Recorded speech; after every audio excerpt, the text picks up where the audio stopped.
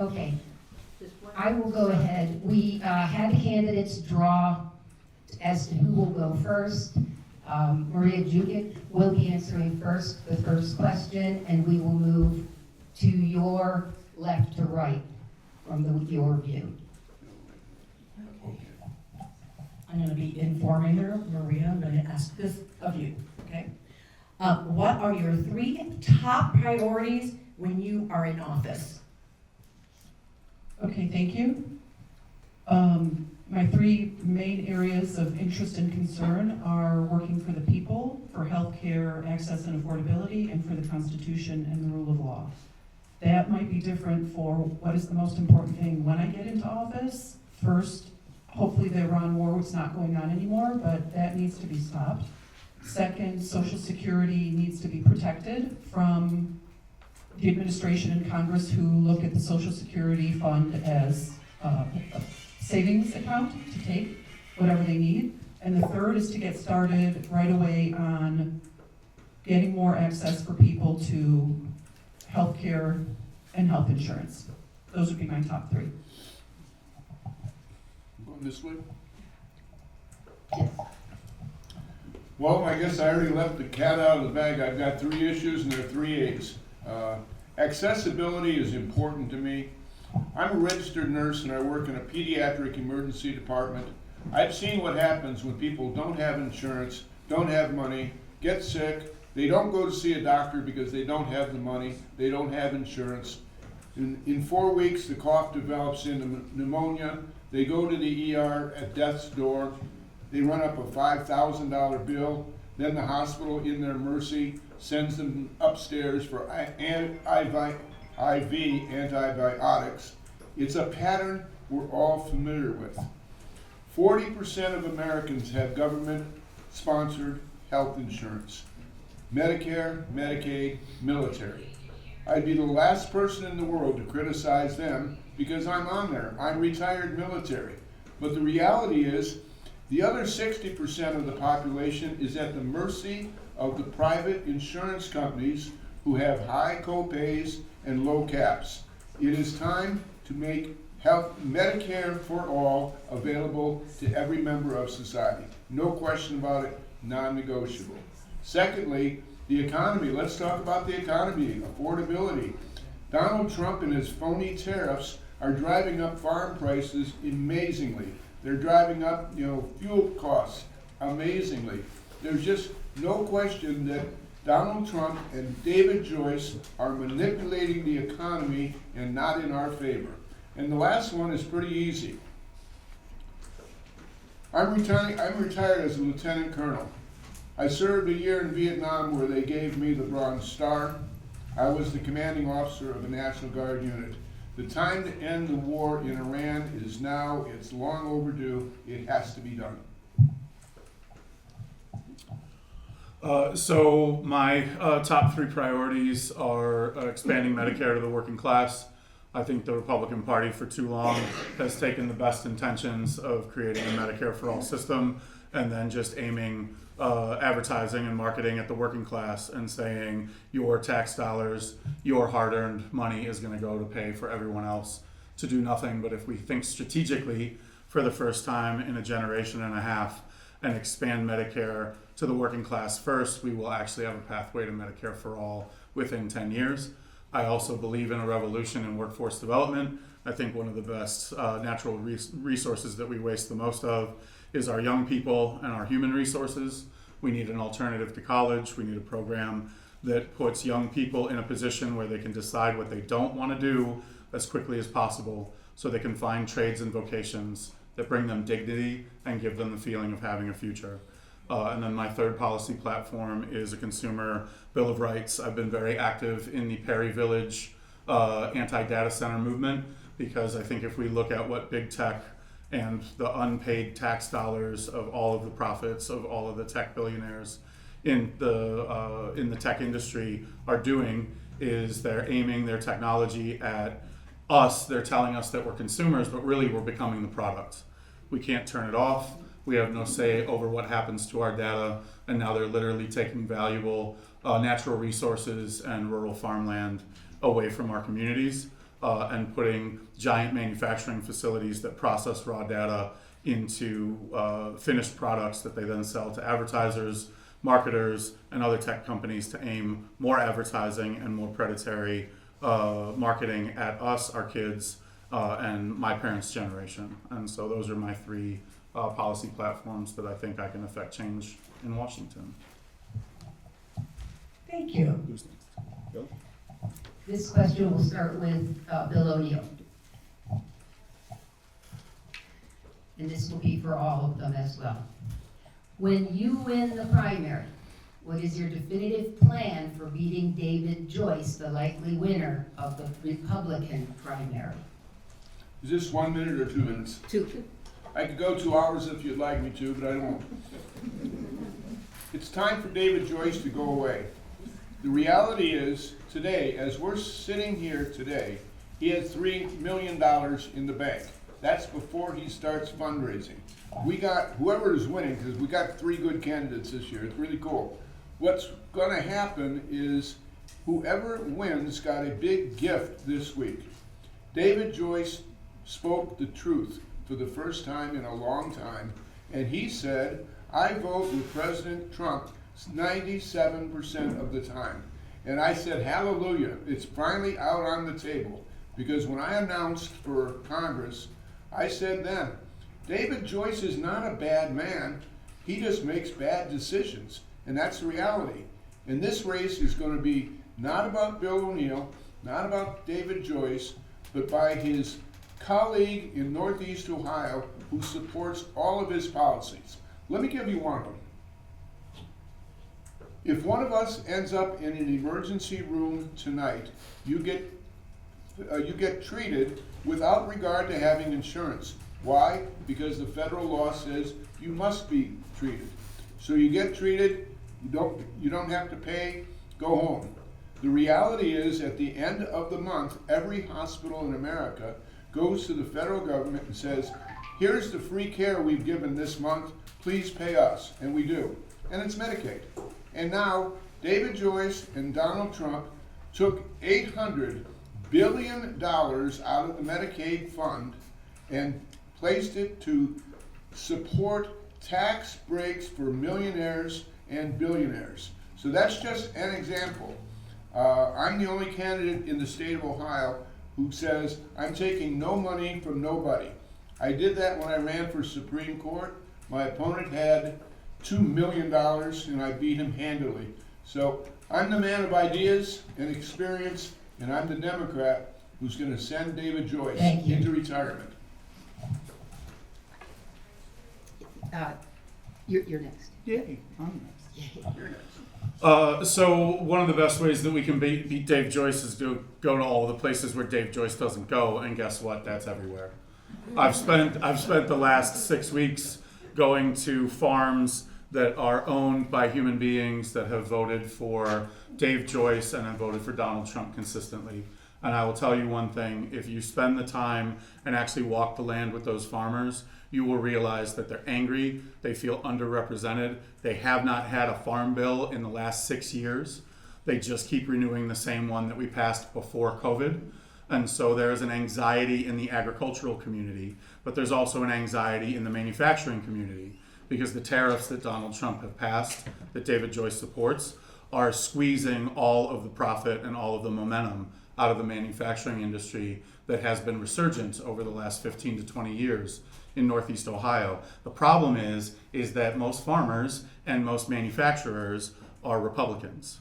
And so after I win the primary on Tuesday, my job is to not go out and find quiet secret pockets of unregistered Democrats and convince them to register and then tell them who I am and tell them there's an election and then tell them to vote for me. We actually have to bring people back into the big tent that were the last to leave, and that's the working class. And I think you can remember from my little intro, the focus that I have is actually recruiting voters to come back to the Democratic Party by saying it's time for you to come home. It's time for us to move forward together. You are not unseen. I will represent you. I will do the things that David Joyce is not willing to do because the working class yucks is yum. I will go and I will stand with you when your communities are under attack by big data. I will go and stand with you and demand that we pass a farm bill, and I will make sure that we bring dignity back to the working class in Northeast Ohio. Thank you. So we all know that this is a tough district for a Dem to win. It's more than 50% unaffiliated, so there is an opportunity. There are different numbers. But I think the way to win is to get all the Democrats to vote, so get them excited enough about me to come out and vote. Then to get people who haven't been engaged, so voter registration, some of the traditional Democrats, the younger people, working people, union, try to get more. But we also have to get the unaffiliated/independents to feel comfortable voting for a Democrat again. And in order to win, we're gonna have to turn some Republican voters also to come and vote on our team. And the way to do that is to make a platform and a presentation and an open hand that is welcoming, and to Carl's point, that there's room for all of them in the tent as well. So it's gonna be a multi-pronged approach. Gotta get the Dems to vote, new people to register, get the unaffiliated to vote for us, and get some of the Republicans to see that it's not in their best interest to continue to vote for Dave Joyce. Thank you very much. This next question, we will start with Carl. What exactly is the role of a D14 congressperson? The role of the Ohio 14th congressperson is to represent everybody in the Ohio 14th, and that includes the people that don't vote for me in November. It means that I have to be accessible, I have to have office hours, I have to have an office with a door that unlocks and opens, and I have to sit in it when I'm in the district, and I have to be willing to let people line up on every Friday and Saturday and come and yell at me, because not all of them are going to think that I'm great. But if I have a social contract with my constituents and with the electoral base in the Ohio 14th, and I tell them, I will sit and take it. I'll sit for 120 seconds and you can tell me whatever it is that you want to tell me. But the deal is that you have to listen to me for 60 seconds, respond to your anxieties. That's the way that I'm actually going to win re-election in 2028. Because all the rooms that you're not in that are filled with hard right MAGA Republicans, if there's one person that's in that room when everybody's discussing why we need to get this guy out of office, who's actually waited in that line and spilled their anxieties out to you for 2 minutes, and you sat there and you looked at them with not pity, but empathy and understanding, and then you gave them your word that you would try and help them have less of those negative feelings and feel like them and their children's lives are going to get better and not worse.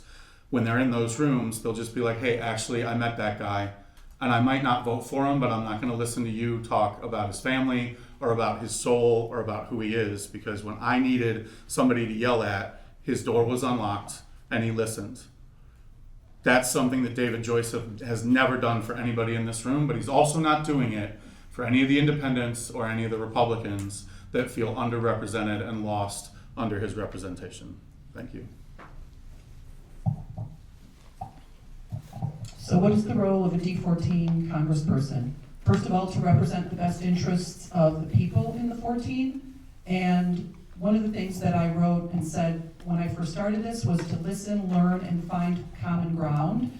So I think the responsibility of a congressperson is to listen and to learn from people and their experiences.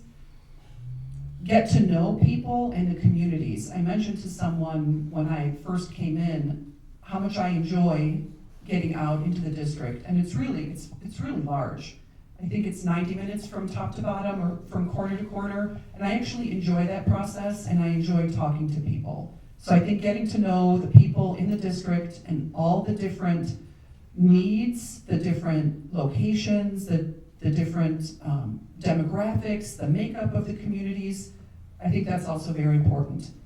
The other thing is to work with everyone in Congress to get things passed that are important to us. So an openness both to the ideas on the blue team, as well as people who might have an interest or a desire to work for their constituents across the aisle. And then finally, to make policy to protect the United States of America overall. Internal, foreign policy, tax policy, social security, all of those things that affect everyone, including people in the 14th. As I said earlier, this is a congressional race. It's not a local race. It's got big issues. You know, when I started running, people said, well, you gotta know what David Joyce is for, and as near as I could tell, he's never been for or against anything in his life. That's how he keeps getting reelected. But the bottom line is, when we did the final research, we found out that David Joyce is in favor of clean water and marijuana. What courageous position that is for him to take. Let me suggest where I would rather see him. Could I see, by a show of hands, how many people in this room are in favor of being at war tonight? Oh, that would be nothing? Well, David Joyce voted for it 1 week ago. He said he wants to take us to war. Let's take it a little simpler then. Can anybody in this room suggest, I want to see by a show of hands, who's in favor of affordable health care? Oh my gosh, that's everybody.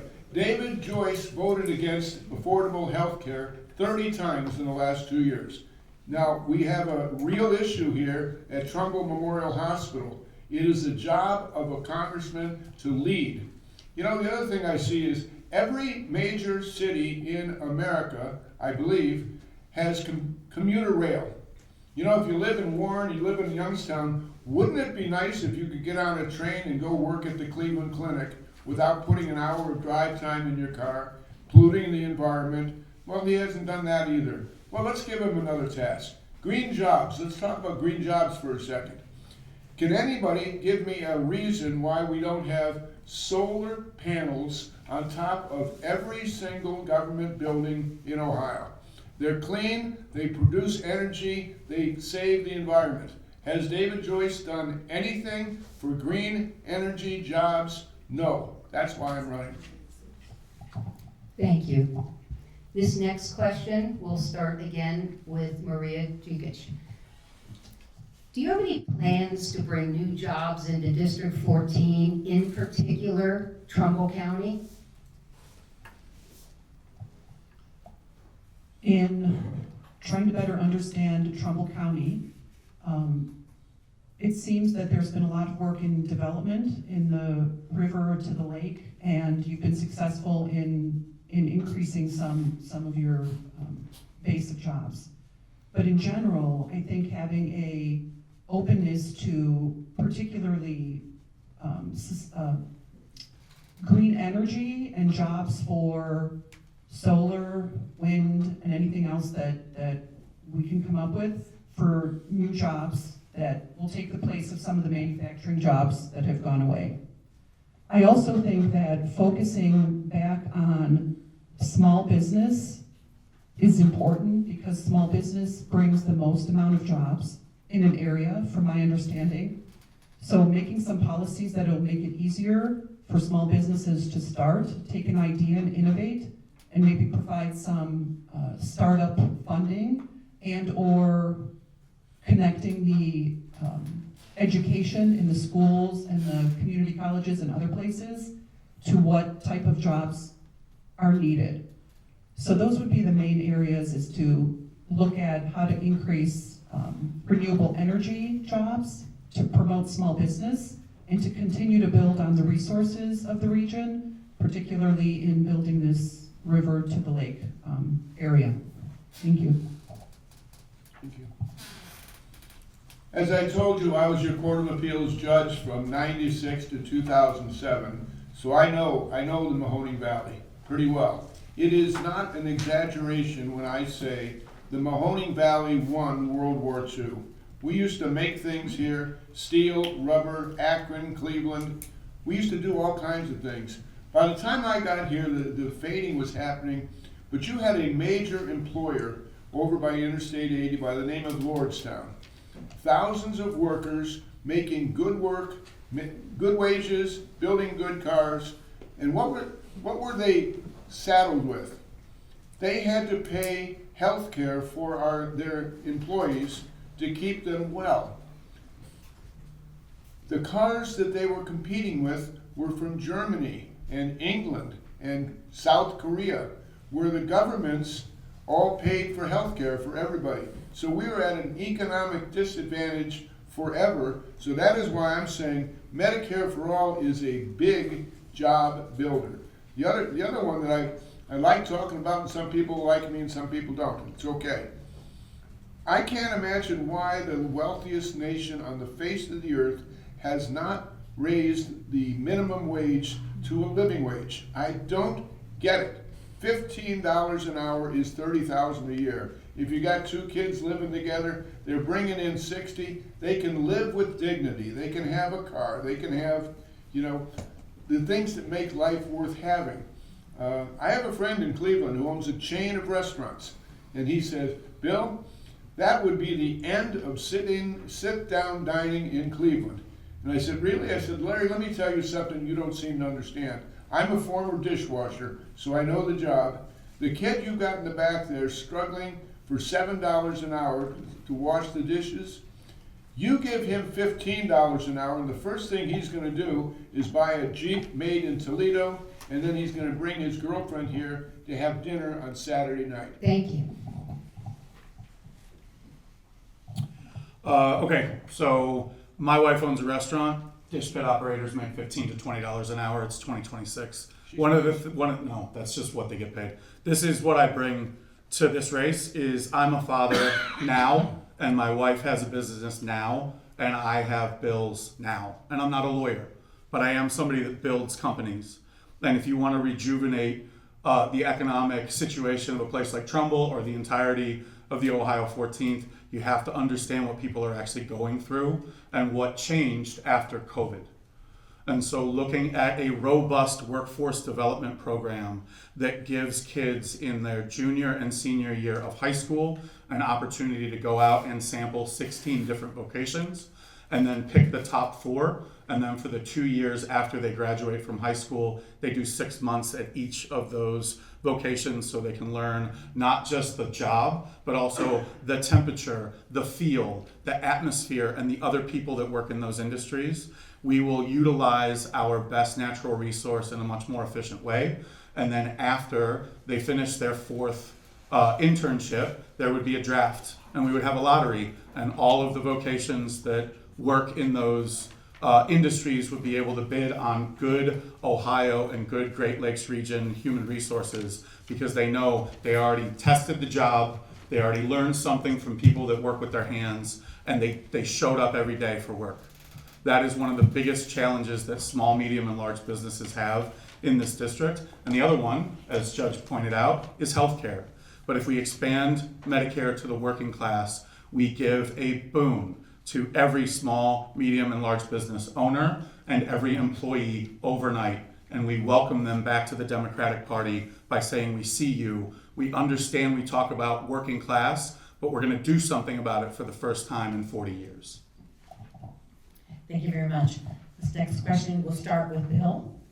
What is your message to union workers who have shifted, I'm on. Yeah, I'm on. who have shifted toward the GOP? So what is your message to union workers who have shifted toward the GOP? I'd like to have every one of them in a room here tonight.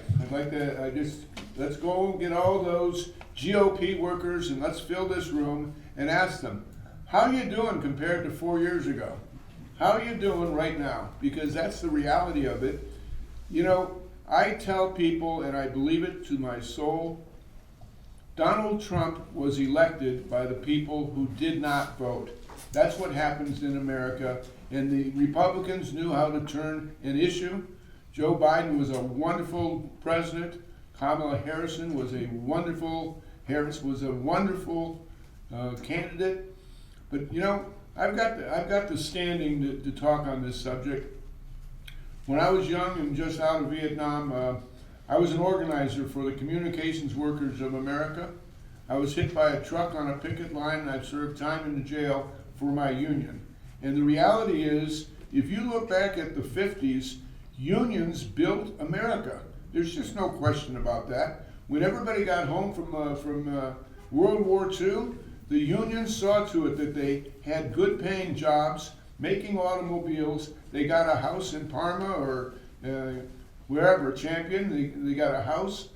They had one salary could raise a family. Everybody didn't have to have two families. So I'm gonna say that one thing we have to meet head on is the National Labor Relations Board has been manipulated for the last 2 years. They're trying to shut down the unions, and that means that union people have got to come out and they've got to vote, and they got to vote their conscience. And I've said it, I don't want to be flippant about this, but I've said it. Donald Trump is going to elect me in November because he's taken over the face of the Republican Party, and they are not happy. Thank God. Who we go to? You waiting for an applause? Or? No? Oh, you're gonna close? Carl, this is you. All right, so after a judge talks to the room of hypothetical Republican union members, I would also ask them, please don't leave, and then I would say, I'm sorry. I'm sorry that we talked about unions, but we forgot what it was like to work for a living. I'm sorry, we look at you and we say, we assume you're always gonna support us, but as you slowly move to the Republican Party, we're gonna start blaming you for voting against your own self-interests, instead of trying to reinforce and re-support what unions stand for and what they meant for this country. I'm not a super performative human being, but everybody in my grandmother and grandfather's generation was a member of a union. Nobody in my father's generation was a member of the union. The only thing that changed was we allowed for the Republican Party to deregulate and destabilize the ability for unions to collectively bargain and to support their own communities, because we let people like Ayn Rand and we let people like Ronald Reagan take those systems apart and then say, look, they were always broken, so it was the right thing for us to do to destroy them. But now if you send out an email to all of the labor unions in the Ohio 14th and say, come meet with my Democratic candidate, the response they all get is, it's safer for us to vote for David Joyce, because if he's in the room and people are trying to take apart our unions, he might actually be able to stop it, because we don't believe that a Democrat could ever flip this district. So what you need to tell union workers that are voting Republican is, we see you, we understand your specific living requirements and the affordability issues, but we also understand that you don't see us as the supportive political party that we were for our grandparents. Thank you.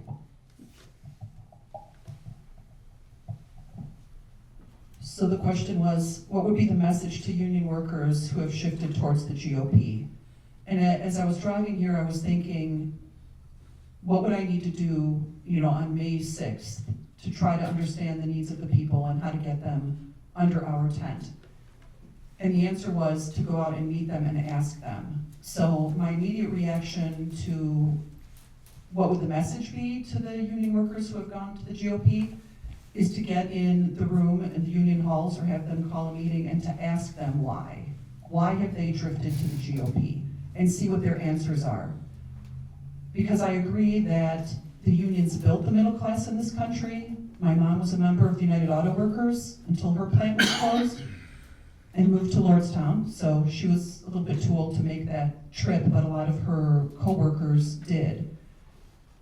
So I have a real respect for what the unions were able to do for families like mine, immigrant families, but also families who maybe didn't have the opportunity to get a higher education of any kind, and they were able to build a trade and a career and a life for themselves and their families because of what the unions were able to do.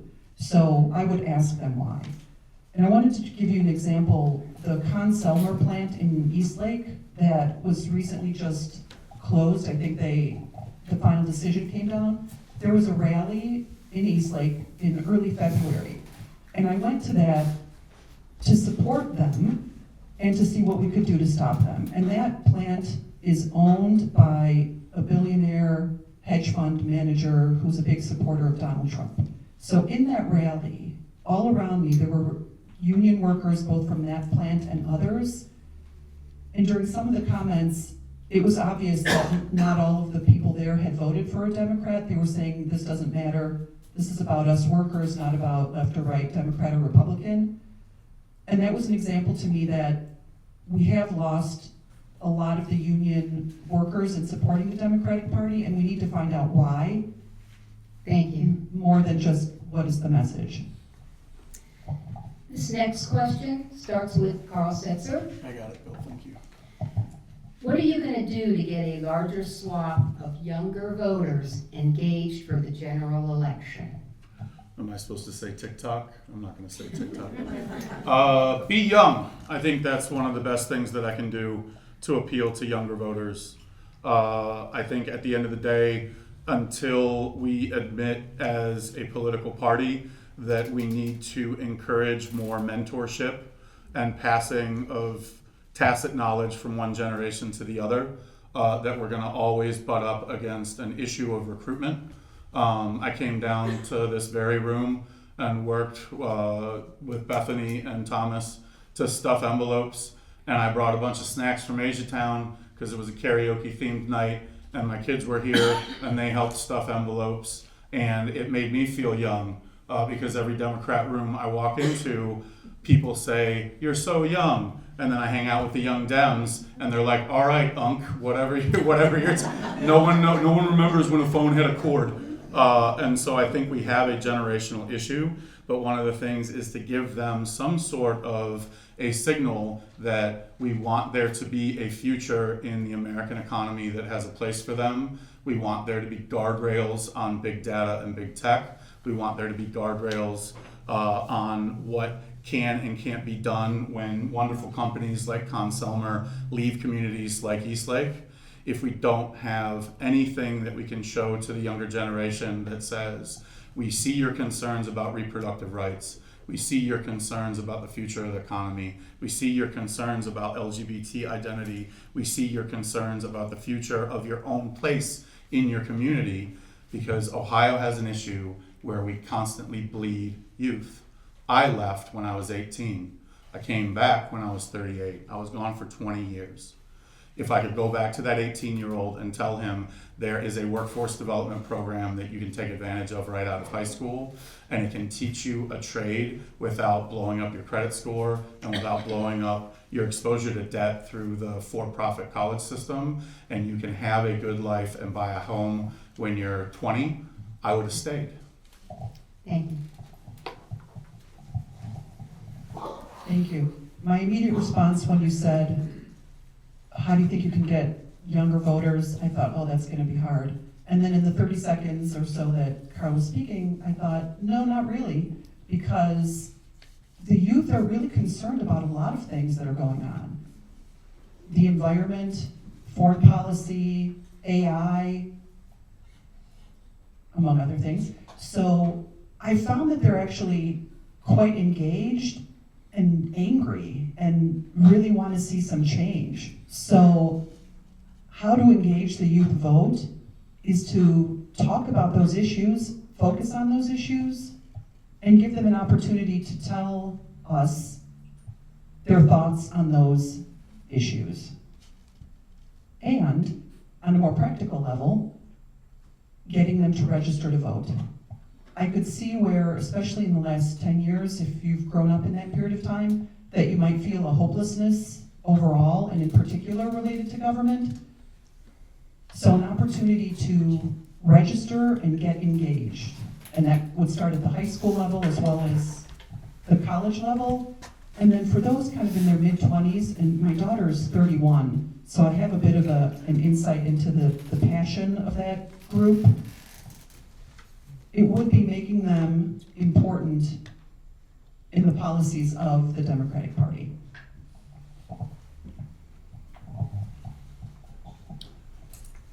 My wife died 25 years ago, and I raised 6 kids by myself, so I know something about youth. They're all in their 30s now. But you know, in order for the Democratic Party or all parties to get the attention of the youth, we got to talk about what's important to them. And I don't see that that's happening today. Just take, for example, I'll sound like a broken record. They're now talking about having a draft to fund the wars that are going on. It seems like every 3 weeks. Are you aware, as we're sitting here tonight, that we're at war with Venezuela? That makes no sense whatsoever, but that's what we're at. Members of Congress have to stand up and tell the youngsters No, we're not doing that. They have to stand up and say, you know, the environment has taken a significant hit recently because we're not doing our job as a government to do what we have to do to provide green energy jobs.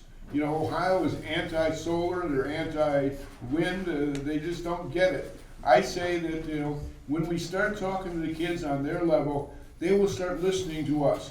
Let me give you a good example why they are genuinely unhappy and not voting. About 30 years ago, the college presidents got together with the bank presidents, and they said, wouldn't it be a great idea if we could let everybody go to college for free? You don't have to do a thing. Just come here, sign this piece of paper, and find a dormitory room. Hundreds of thousands, if not millions, of kids did that. And then the federal government came in because it was a little slow, and they say, we will guarantee those student loans. And what they did was guarantee that the student loans were immensely unfair to the kids and immensely favorable to the banks. We now have generations of young people who are saddled with debt that the federal government sanctioned, and we have to turn that around. If you want the kids to vote for you, you got to talk to the kids about things that are important to them. When I say solar panels on top of government buildings, everybody says, why haven't we done that already? Why haven't we done that already? Stop. Thank you. You read the card. Okay, this is for you, Maria. I'm going to start with you. How do you feel about public school funding versus charter schools or the vouchers for private schools? Generally, unfortunately, the funding of local schools is mostly at the state and local level. And on the federal level, what we can do is reopen the Department of Education and provide resources and opportunities to supplement what maybe is not available in the public schools. Overall, I have close friends who are teachers in public schools and in the unions. And what I understand is that the charter schools do not get better results than the public schools. Don't quote me please exactly, but that is my understanding, that in spite of all of the hoopla around charter schools and taking resources away from the publics, they're not really, the results are not that much better. In terms of vouchers, I'm against vouchers taking away the resources from the public schools. I think people who want to send their children to private schools need to make the sacrifices if that's the decision that they want to make. But the resources shouldn't be going away from public schools. I think part of the reason that our country is in the state it's in right now is because we've lost that basic education that was available to all students in the US through the public schools. So we need to get back to supporting the public schools. And if people want to send their children to private schools, they should pay for them. And I did that for my daughter. So I had no problem paying for my property taxes and supporting the levies in the public schools because I believe in that. But if I wanted to send her to the Catholic schools like I was in, I made those sacrifices.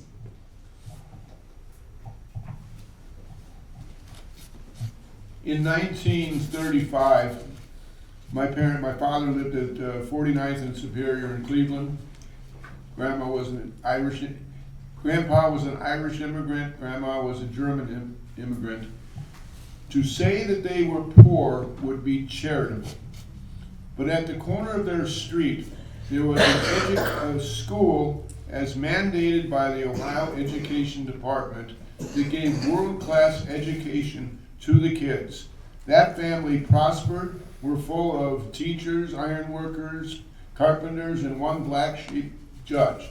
However, what I'm trying to say is my parents were able to use the public education system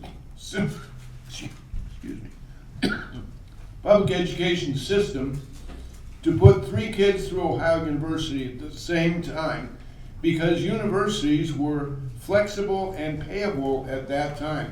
That's not true today, and Donald Trump and David Joyce, in their wonderful wisdom, shut down the U.S. Department of Education at a time when we need federal government guidance. You know, your educational opportunity should not be dictated by your zip code, but it is today. And the problem is, federal government has turned their back, and I say, just start with the student loan crisis that you caused. Crisis that you caused, and come up with some solutions. Get those kids out of debt so they can buy a car, they can buy a house, they can get married. We, as a federal government, created a debtor class. They're in their 30s today. They do not have the opportunities you and I had. Stop. Thank you. They're also in their 40s. He's nice. All right, so my son was in the Taipei American School for kindergarten and first grade, and then he was in the Western Academy of Beijing for second grade and third grade, and then the world stopped, and my little family came to find ourselves in Wickliffe, Ohio. And when we went to the Wickliffe, Ohio public school administration building, and we said, hey, we got this kid, and we'd like to put him in your school. They were like, yeah, sure. And then my wife looked at me and said, when do we pay? And I was like, we don't pay. And she was like, well, that's dumb. They should make you pay so they can make some money. And I was like, no, this is a public service. My wife's from a communist country. They don't have what we would consider to be free education. They have very structured systems there. The entire world looks at our public education system with envy. We're the only ones that intentionally try to break it and choke it to death so we can replace it with a for-profit alternative. And that is the purpose of economic libertarianism and the MAGA movement and all the bad people that we're all in this room because we can't stand this for one more minute. So when we passed a bond in Wickliffe to build a new campus, and they built the new campus, the head of the school, Lori Rodman, asked my son, Robbie, you're going into 7th grade. Do you want to cut the ribbon? Because you're one of the best students in the entire school, upper and lower school. And he came to me and he said, Dad, Lori Rodman asked me to cut the ribbon. And I said, that's great. And he was like, I want to wear a suit. And I said, you're not wearing a suit, you're wearing a tuxedo. So if you go to Wickliffe Public Schools homepage, you see a bright, beautiful little boy in a tuxedo with a big shit-eating grin on his face because he got to do something that his mother could only dream of when she was his age. That's the beauty of public education. And then the tax base failed the Wickliffe school system because we didn't enforce Cup-Patterson, and the Wickliffe School District is being forced to gap the delta that doesn't come from Columbus. And so I had to move my family to Chagrin Falls, which is the exact same school district that Judge Bill O'Neill's kids went to, because they never vote down a levy. Thank you, Carl. Who's next? Am I next?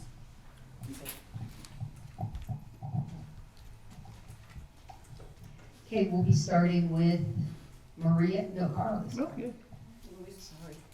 Okay, I see universal health coverage is important for all three of you candidates. What is your plan to actually achieve this? It's actually quite easy. You expand it for the working class because you can go to the Chamber of Commerce, you can go to Small Business Administration, you can go to any place that aggregates the data of business owners, and you can say, hey, get word out there that we're going to save companies that have 100, 200, 300 employees $1.5 to $6 million a year of employer side benefits by expanding Medicare for the working class. And then you can go to all your employees and you can tell them, hey, the usurious for-profit private health insurance that tells you if you get to live or die, tells you whether or not the doctors you like are in your network, and makes you have a heart attack every time you wait in line at Drug Mart, CVS, and Walgreens during the 45 minutes that you have after you get off work until the counter closes, but you still don't know what your kid's epilepsy medicine or insulin is going to cost because your HR director changed plans every 2 years. We're going to make all that go away. And for the first time in a generation, you're going to have coverage and not private health insurance. And you're going to be able to calm down. That's how. Because if you save business owners cash and you save workers cash, their cortisol is going to go down. Their IQ is going to go back up to where it should be when you're not under intense financial strain all the time. And then they're going to look around and they're going to say, our lives got better when we expanded Medicare. So why don't we just do it for everybody? But until you do that, until you employ strategy for the first time on this issue, it's always just going to be those people, and we're going to pit all of our citizens against one another instead of just doing it incrementally and expanding Medicare to everyone within my lifetime, which is where we all want to be. But if you don't get the moderate Republican business owners to the table and say, hey guys, this is going to save you a lot of money too. And I took this to Tyler Boulevard in Menor, to the Alliance for Working Together, and I pitched it to 3 old men that donate all of their money to Jerry Serino for some reason. And when I said Medicare for the working class, one of them at 82 years old jumped across the conference room table and said, I've been waiting for that my entire goddamn life. So I mentioned that I spent 24 years at Cleveland Clinic, and what I saw there was that's top of the line healthcare, and I met people who were coming from all over the country and the world to get taken care of in very specialized ways that they couldn't get in other places. But at the same time, the Cleveland Clinic health system, 3 hospitals that are in the system, South Point, Marymount, I think, and Euclid, were on the list of potentially that they don't make enough money and they were deemed that they could potentially close. They all said that that's not going to happen, but they're struggling that much. So in one health system, you have hospitals that are having a hard time paying their bills, and you have one of the top hospitals in the country. So in a very typical Democratic answer, it's complicated. So how to get universal health care, in my opinion, it has to be incremental. It has to be incremental. So I think we need to lower the Medicare entry age from 65 at least to 62, and I think that's a good start because it would be a relatively easy implementation and a relatively small step. And then hopefully we can get a little bit lower also. Then, in terms of Medicaid, to bring more people under the Medicaid umbrella, and specifically to roll back the bill that was passed last summer that is going to reduce eligibility for Medicaid. And then the third thing is that I think that there's a role for private health insurance, and I was doing some looking into the countries that have the best health care. Stay tuned, but it seems that a combination of government-sponsored programs and private health insurance that are regulated and reined in and not allowed to have the type of profits that our private health insurance companies have would be something to look into. So some of the elements of the Affordable Care Act I thought were pretty good, and people have forgotten about some of those good things, like getting rid of the lifetime benefit cap, for allowing pre-existing conditions, keeping the kids potentially on your insurance till 26. There are a lot of good things, and I think that we can work with that system and even make it better, but it's going to require some serious and open-minded conversations across the aisle and around the country to make it happen. Thank you. Oh my gosh, there must be a reason I'm sitting in the middle, other than they gave me the shortest stool in the room, but that's okay. I'm gonna agree with both my opponents a little bit, but once again, I stand alone. It is Medicare for all. Once we start taking people out of the system, we are following the line we've been on for 30 years. Medicare for all. Let's back it up to the people we've just been talking about. The young people in their first job. They cannot leave their first job because they're getting health insurance and they don't know where they're going and they lose their seniority. You talk about the business owners, oh my gosh, if we were to tell them that your burden of providing health care for your workers is upon you, it's wonderful. General Motors, were they relieved? I forgot to tell you when we talked about GM, when they were building the Cruise, they were spending more on health care than they were on steel. Now that's tragic. That's absolutely tragic. And the other question, I don't want you to think I dodge questions. School vouchers are an outrage. They put money in the rich people's hands and take it directly out of the person of teachers, directly.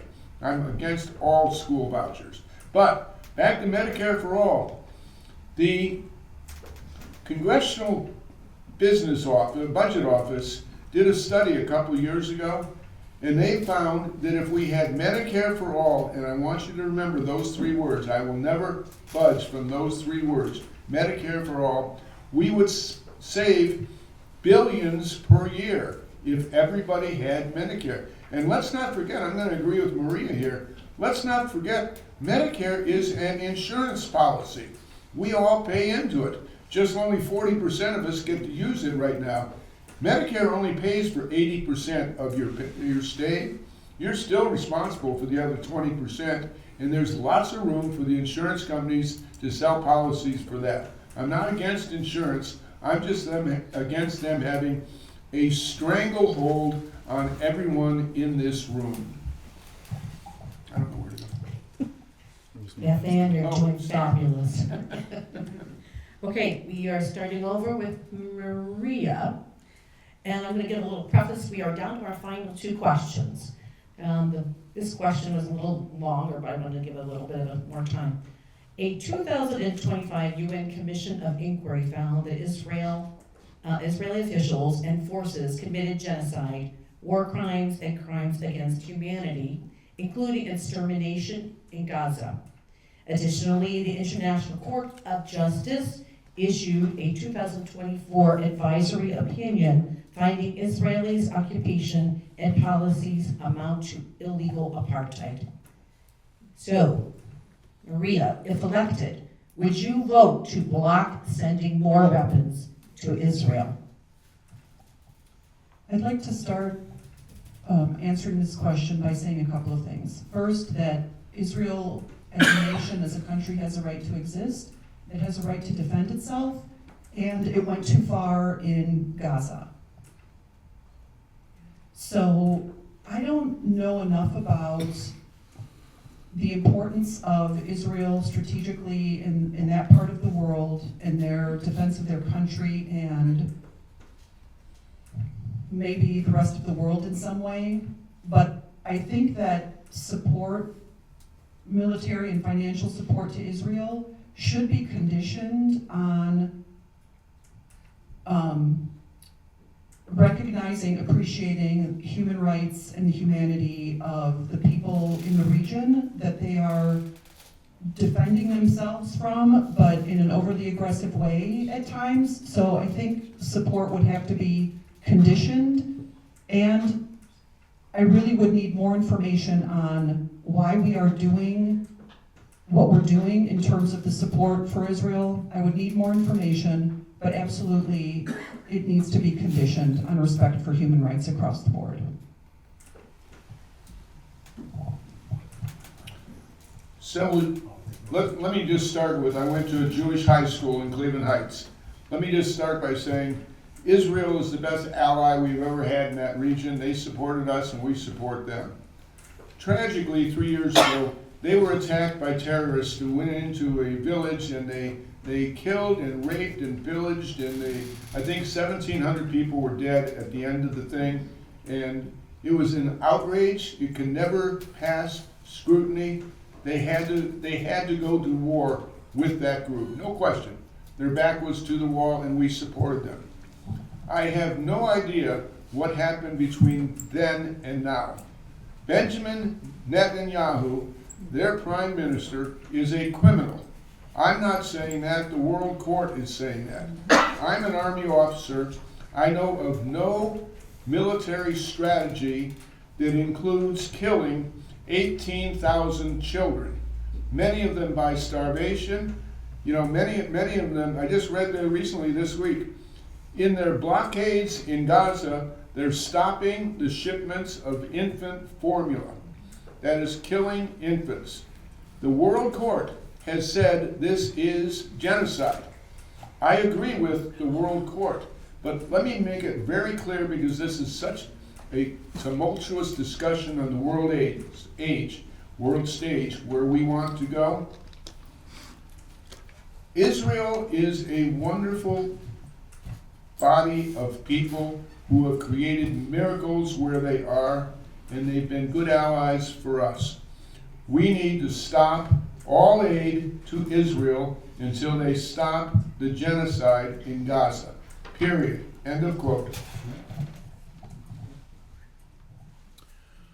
Okay, so some people might say that they don't know what happened after the initial military response and how we got to where we are right now, but I do. It's the same thing that happens every time. People use a terrible tragedy to execute their own best interests. It happens every time someone suffers. Someone in power sees an opportunity to take that suffering and amplify it because there's age-old gripes and contentions between old men long dead that have political value in places like mainland China or in Iran or in Israel or even here. We look at these things and we say, I just don't know how we got here. But we know how we get there every single time. We allow it to happen by not making louder voices heard and by not making the goodness of humanity the top priority. It happened in Darfur, it happened in Somalia, it's happened over and over and over again in my generation, and every time older people say, I don't know how we got here. But the younger generation can see it quite clearly. We know exactly how we get to these places. We allow it to happen through apathy and through excuses. And so, no, I don't want to sell any more weapons to a country that is guilty of war crimes and genocide. But sometimes that country is who we look at in the mirror. And we need to be able to be the light and the example for the rest of the world like we used to be. And we need to be able to stand up and say, enough.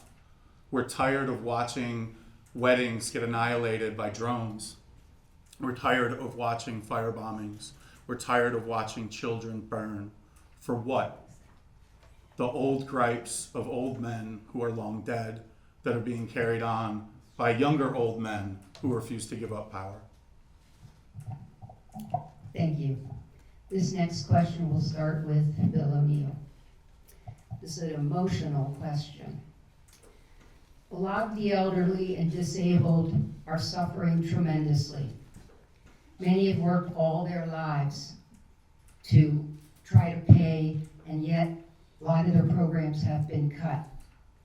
What could you do to help those disenfranchised people who are trying really hard to work or are elderly and really suffering, yet a lot of our programs have been cut?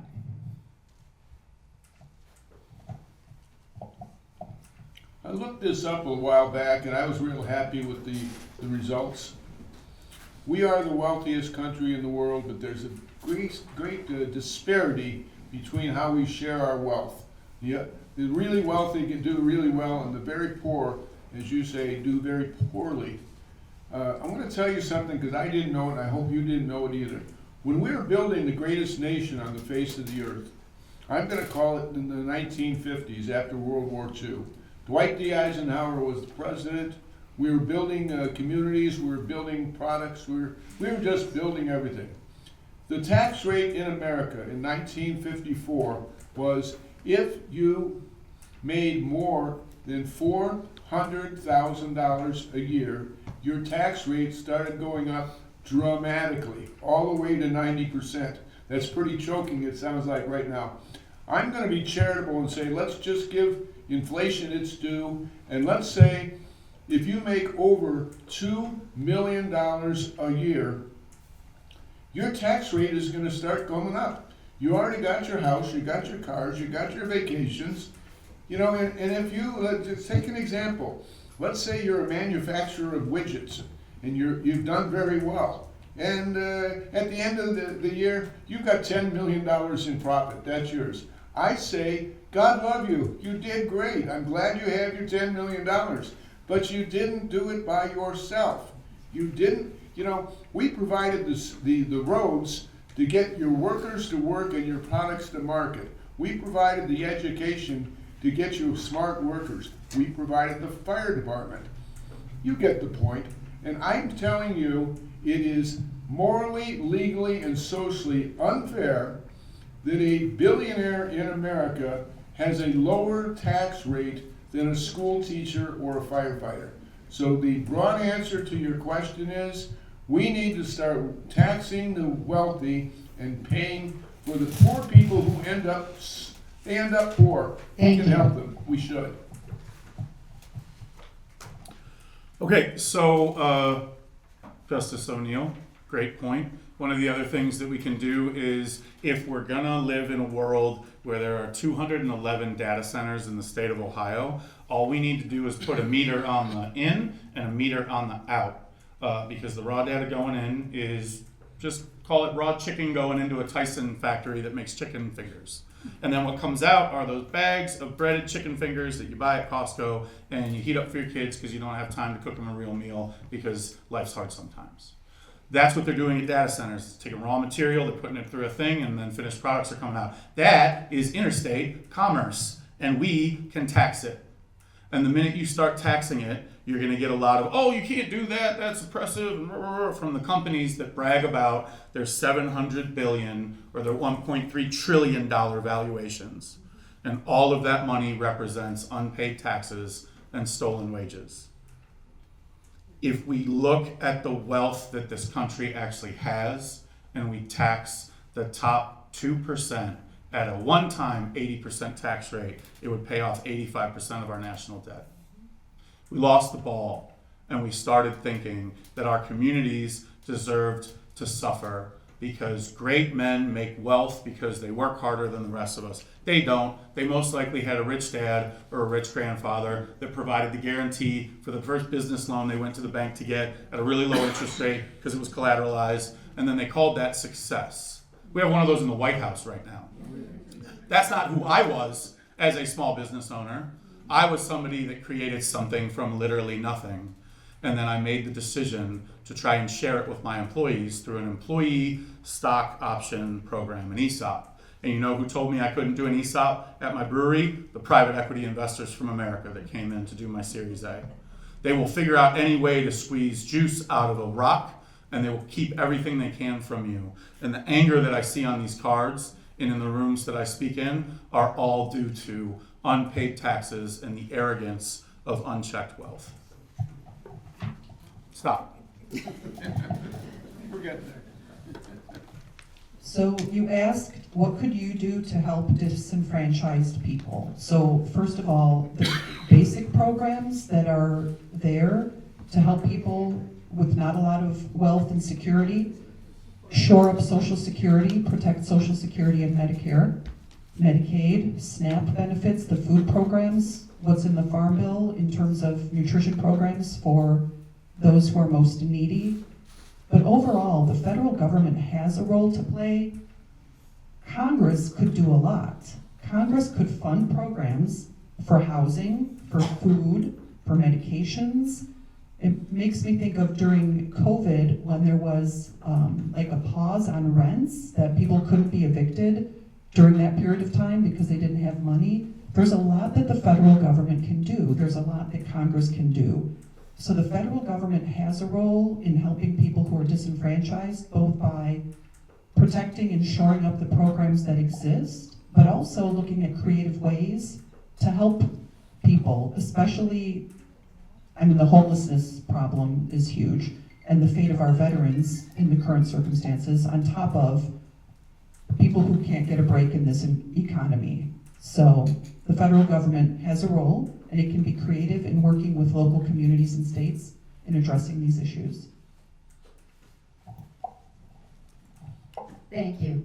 I want to thank all three candidates for coming, and though we had a lot of amazing questions left, they're going to stay around so you could ask them individually if we didn't get to your question. Something that's very important to everyone in this room is to make sure that we get as many people out to vote next Tuesday as we can. So please reach out to 3 or 4 of your neighbors, tell them to choose the candidate that you've decided that you like, but we really have to get people out to vote. I want to thank the Trumbull County Democrats for hosting this, particularly Kathy DiCristofaro, who has a few words that she wants to say.